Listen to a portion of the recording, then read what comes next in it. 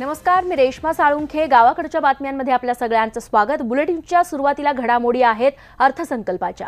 पंतप्रधान नरेंद्र मोदी सरकारनं लहान शेतकऱ्यांसाठी ऐतिहासिक निर्णय घेतलाय.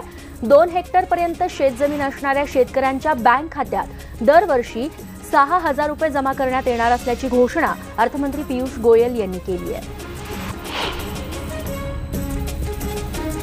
दरम्यान शेतकऱ्यांना वर्षाला 6,000 रुपये मदत म्हणजे त्यांची थट्टा आहे अशी टीका काँग्रेस अध्यक्ष राहुल गांधींनी केली आहे. यावर्षीचा अर्थसंकल्प म्हणजे सर्वसामान्यांची दिशाभूल असल्याचा दावाही त्यांनी केलाय. 21,000पर्यंत पगार असलेल्या कामगारांना 7,000 रुपये बोनस मिळणार अशी घोषणा पियुष गोयल यांनी केली आहे. तसंच ग्रॅच्युइटीची मर्यादा 10 लाखांवरून 20 लाख करण्यात आल्याचंही गोयल यांनी स्पष्ट केलं आहे.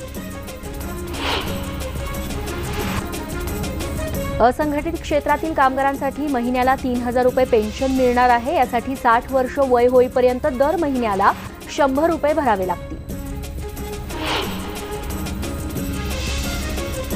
गोयल यांच्या अर्थसंकल्पाला शेअर बाजाराकडून सकारात्मक प्रतिसाद मिळाला. बजेटचं भाषण संपताच सेन्सेक्सनं 383 अंकांची उसळी घेतली. या अर्थसंकल्पात रेल्वे खात्यासाठी 64,500 कोटींची तरतूद करण्यात आली आहे. त्यामुळे रेल्वेचा विकास होण्यास मदत होईल असं गोयल म्हणाले. वंदे मातरम ही पहिली हायस्पीड ट्रेन देशात धावणार आहे असंही त्यांनी सांगितलं. संरक्षण खात्यासाठी यावर्षी 3 लाख कोटींहून अधिक पैशांची तरतूद करण्यात आली आहे. देशाच्या इतिहासात पहिल्यांदाच हा आकडा 3 लाख कोटींच्या वर गेलाय. वन रँक वन पेन्शन योजनेअंतर्गत निवृत्त सैनिकांना आतापर्यंत 35,000 कोटींचं वाटप झालंय अशी माहिती पियुष गोयल यांनी आपल्या भाषणात दिली. महात्मा गांधी राष्ट्रीय ग्रामीण रोजगार हमी योजनेसाठी 60,000 कोटींची तरतूद करण्यात आली आहे आणि गरज पडली तर आणखी निधी मंजूर करू असंही पियुष गोयल यांनी सांगितलं. प्रधानमंत्री ग्राम सडक योजनेसाठी अर्थसंकल्पात 19,000 कोटींची तरतूद करण्यात आली आहे. यामुळे ग्रामीण भागातील रस्ते बांधणीला चालना मिळणार आहे. पंतप्रधान उज्ज्वला योजनेअंतर्गत पुढच्या वर्षी 8 कोटी गॅस कनेक्शन देणार अशी घोषणा अर्थमंत्री पियुष गोयल यांनी केली आहे. या वर्षामध्ये 6 कोटी गॅस कनेक्शन्स दिली जात आहेत असंही त्यांनी सांगितलं. प्रधानमंत्री आवास योजनेचाही उल्लेख हंगामी अर्थमंत्री पियुष गोयल यांनी केला. या योजनेअंतर्गत गेल्या 5 वर्षात 1,53,000 घरं बांधण्यात आल्याचं गोयल यांनी घोषित केलं.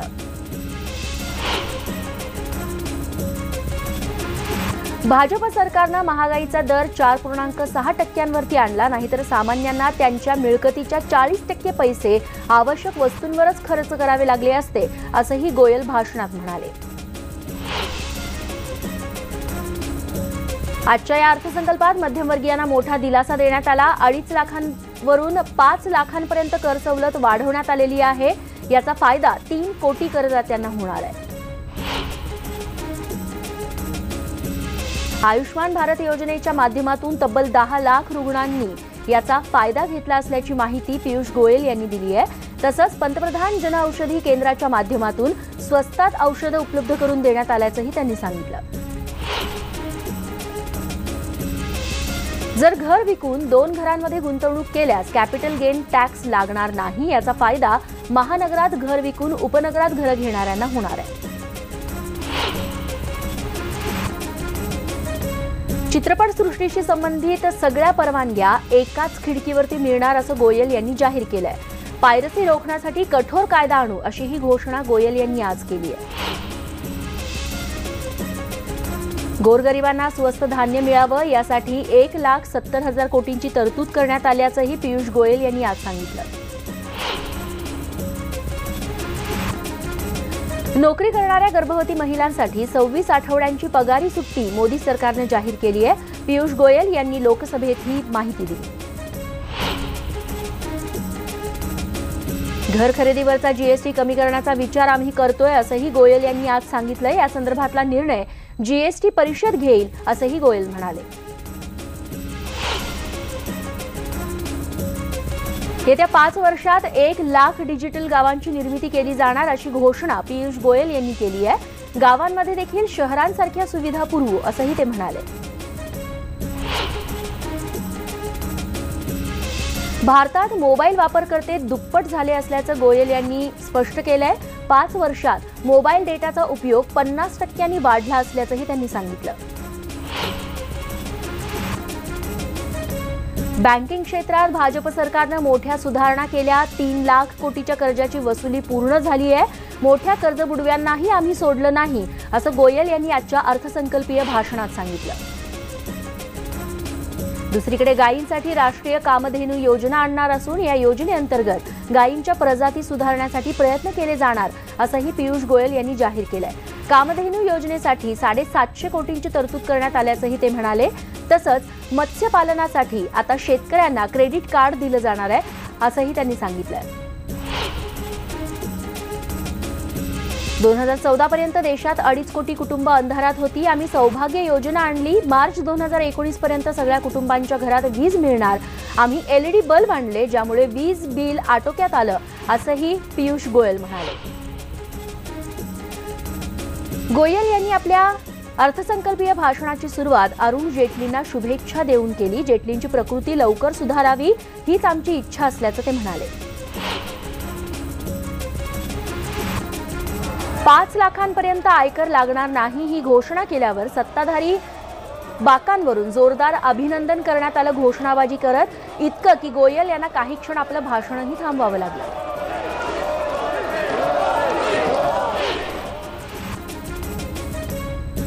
अर्थसंकल्पीय भाषण संपल्यावरती पंतप्रधान नरेंद्र मोदींनी उत्स्फूर्तपणे गोयल यांचं अभिनंदन केलं। याआधी असं दृश्य मोदींच्या कार्यकाळात कधीच बघायला मिळालं नव्हतं। शेतकऱ्यांना 6,000ची मदत जाहीर करताना 5 एकर जमिनीची अट ठेवायला नको होती असं मत शेतकरी स्वावलंबन मिशनचे अध्यक्ष किशोर तिवारी यांनी व्यक्त केलंय। 6,000ची मदत 12,000 कशी होईल यासाठी आपण प्रयत्न करणार असल्याचंही ते म्हणाले। आजच्या अंतरिम अर्थसंकल्पावरती प्रतिक्रिया देतानाही रामदास आठवलेंनी छोटीशी कविता केली। राहुल गांधींना लागली आहे पराभवाची चाहूल, मोदींनी तयार केलाय विजयाचा माहोल असं यमक जुळवत त्यांनी आपलं मत व्यक्त केलं। यंदाचा अर्थसंकल्प हा समाजाच्या प्रत्येक स्तराची काळजी करणारा आहे असं मत मुख्यमंत्री देवेंद्र फडणवीस यांनी मांडलंय। दिल्ली ते पत्रकारांशी बोलत होते।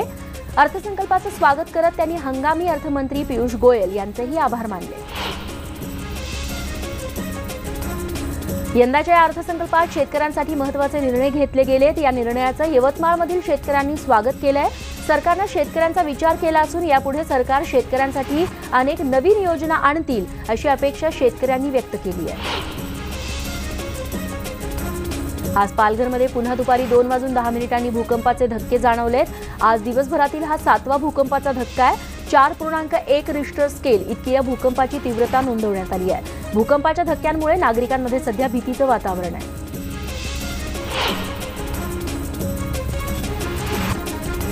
अलायन्स एअरच्या पहिल्या विमानानं आज नाशिकमधून टेक ऑफ केलं। हैदराबाद, नाशिक, अहमदाबाद विमानसेवेला आजपासून सुरुवात झाली आहे। या महिन्याच्या अखेरपर्यंत गोवा आणि बंगळुरूसाठी देखील ही विमानसेवा सुरू होईल।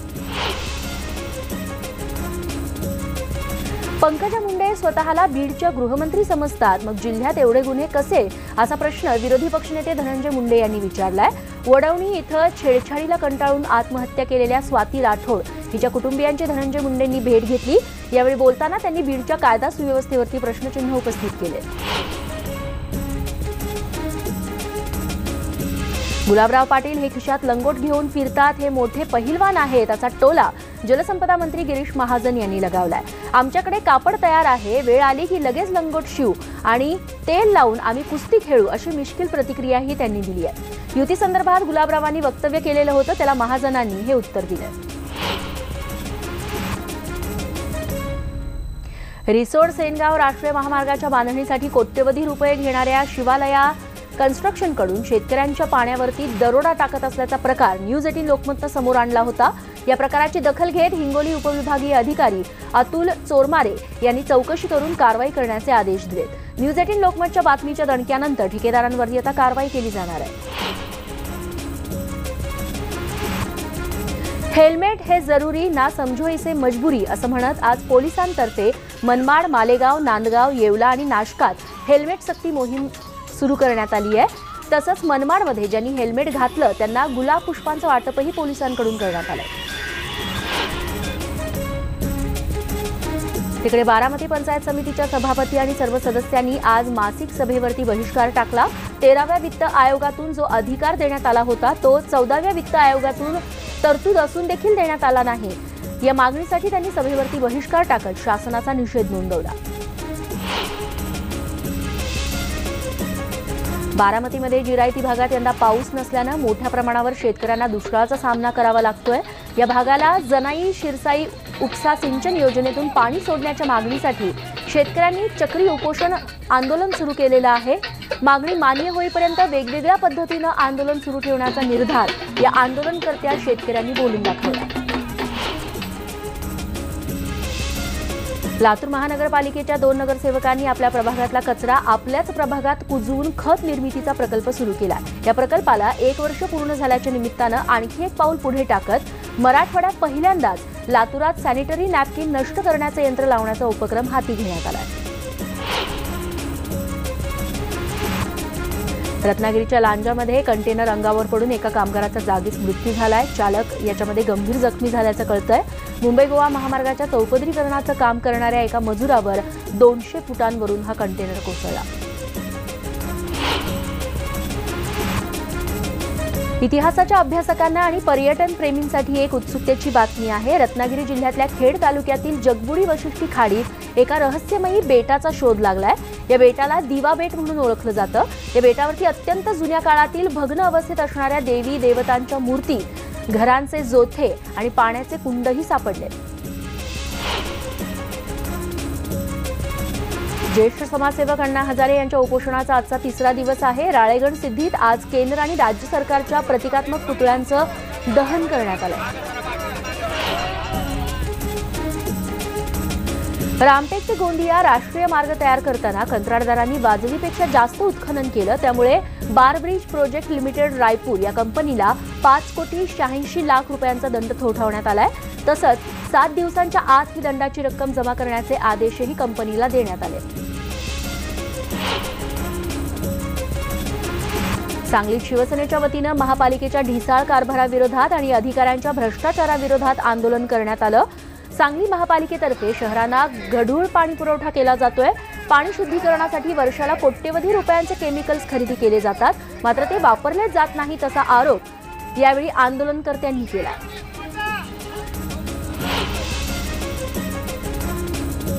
दुसरीकडे सांगलीच्या कृष्णा नदीच्या पात्रात शेरी नाल्याचं पाणी सोडण्यात आल्यानं कृष्णा नदी पात्रामध्ये प्रदूषण निर्माण झालेलं आहे. त्यामुळे सांगलीकरांच्या मुखात शेरी नाल्याचं दूषित पाणी जात आहे. यावरती सत्ताधारी भाजपच्या स्वच्छ कारभारावरती विरोधी पक्षनेत्यांकडून टीका केली जाते.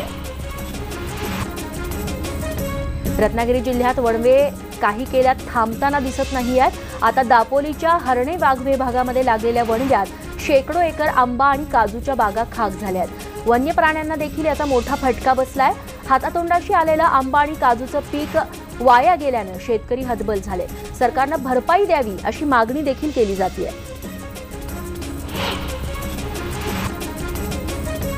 यवतमाळ गुन्हे शाखेनं 5 जणांच्या मोबाईल चोर टोळीला जेरबंद केलेला आहे. त्यांच्याकडून 2,93,000चे मोबाईल हस्तगत करण्यात आले. यातल्या 3 आरोपी हे अल्पवयीन असल्याचं कळतंय. आता पुढचा तपास गुन्हे शाखेचे अधिकारी करतायत.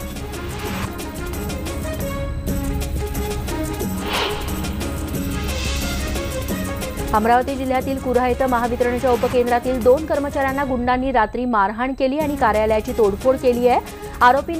3 आरोपींना पोलिसांनी या प्रकरणी अटक केली आहे. सरकारी कामात अडथळा आणून कर्मचाऱ्याला मारहाण केल्यामुळे आरोपींना न्यायालयानं 2 फेब्रुवारीपर्यंत पोलीस कोठडी सुनावली आहे.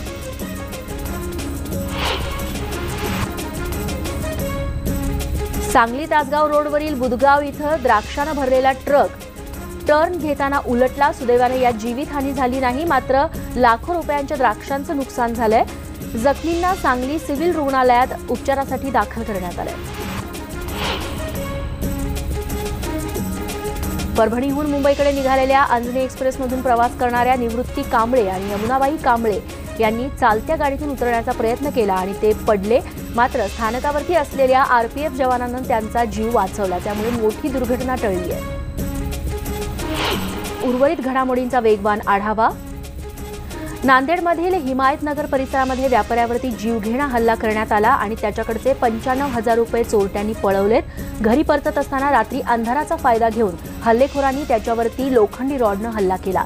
हिमायतनगर पोलिसांनी गुन्हा या संदर्भात दाखल केला असून चोरट्यांचा शोध सुरू आहे. बीडमध्ये पोलीस भरतीसाठी शासनानं काढलेला नवा अध्यादेश रद्द करावा या मागणीसाठी आज पोलीस भरतीसाठी इच्छुक तरुणांनी जिल्हाधिकारी कार्यालयावर भव्य मोर्चा काढला. या मोर्चात शेकडो विद्यार्थी सहभागी झाले होते. धुळे जिल्ह्यातील लामकानी गावातील संतप्त महिलांनी गावात दारूबंदीच्या मागणीसाठी धुळे जिल्हाधिकारी कार्यालयाबाहेर आंदोलन केलं. लामकानी गावामध्ये दारूबंदी करण्यात आली होती, मात्र काही दिवसांनंतर गावात पुन्हा अवैध दारू विक्री जोरात सुरू झाली आहे. केंद्र सरकारनं सादर केलेल्या बजेटवरती वंचित बहुजन आघाडीचे अध्यक्ष प्रकाश आंबेडकर यांनी टीका केली आहे. शेतकऱ्यांची थट्टा करणारा हा दुष्काळी बजेट असल्याचं ते म्हणाले. पाऊस पडणारच नाही तर पेरणी करून काय उपयोग, असा उपरोधिक टोलाही त्यांनी लगावलाय. धनगर समाजाला आरक्षण मिळावं यासाठी धनगर समाज आक्रमक झालाय. गेल्या काही दिवसांपासून अनेक आंदोलनं झाली, मात्र शासनानं दखल घेतली नाही. त्यामुळे शासनाचं लक्ष वेधण्यासाठी आता मंगरुळपीर तालुक्यातील अहिल्या ब्रिगेडच्या हजारो महिलांनी एल्गार मोर्चा काढला. पशुपालन कसं करावं आणि कशा पद्धतीनं त्याचं संगोपन करावं यासाठी गोंदिया तालुक्याच्या डोंगर गावात पशुपक्षी प्रदर्शनाचं आयोजन करण्यात आलं.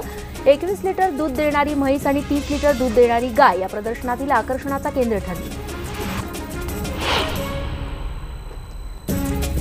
आफ्रिकेतील टांझानिया देशातील किलीमंजारो हे हिमशिखर अकोल्यातील एक हात आणि एका पायानं दिव्यांग असलेल्या धीरज कळसाईतनं प्रजासत्ताक दिनी सर केलं. धीरजने ही मोहीम पूर्ण करत देशाच्या शिरपेचात मानाचा तुरा रोवलाय. धीरजचे गावात आगमन होताच गावकऱ्यांनी त्याचं जंगी स्वागत केलं. सावरकर दर्शन प्रतिष्ठान आणि धुळे एज्युकेशन सोसायटी यांच्या संयुक्त विद्यमानानं धुळ्यात अखिल भारतीय स्वातंत्र्यवीर सावरकर संमेलनाचं आयोजन करण्यात आलं. जोरा सिटी हायस्कूलच्या मैदानावरती जयोस्तुते या सावरकरांच्या गीताचं सामूहिक गायनही करण्यात आलं. यावेळी सुमारे 1200 विद्यार्थ्यांनी एकत्रित हे गायन केलं. भुसावळमध्ये समाज आणि विद्यार्थ्यांमध्ये राष्ट्रभक्ती जागरूक व्हावी यासाठी रोटरी क्लब आणि भगिनी मंडळातर्फे तिरंगा ध्वज मिरवणूक काढण्यात आली. यावेळी शहरभर 350 मीटर लांबीचा तिरंगा ध्वजाची मिरवणूक काढली गेली. यवतमाळमध्ये आज 17 वर्ष देशाची सेवा केलेल्या निवृत्त सैनिकाचं गावकऱ्यांनी जल्लोषात स्वागत केलं. रमेश गदई असं निवृत्त सैनिकाचं नाव असून बस स्थानकावरून वाजत गाजत त्यांची मिरवणूक काढण्यात आली. आणि दिवसभरातल्या घडामोडींसोबतच गावाकडच्या बातम्यांमध्ये आता वेळ झाली आहे इथेच थांबण्याची. ताज्या घडामोडींसाठी बघत रहा न्यूज 18 लोकमत.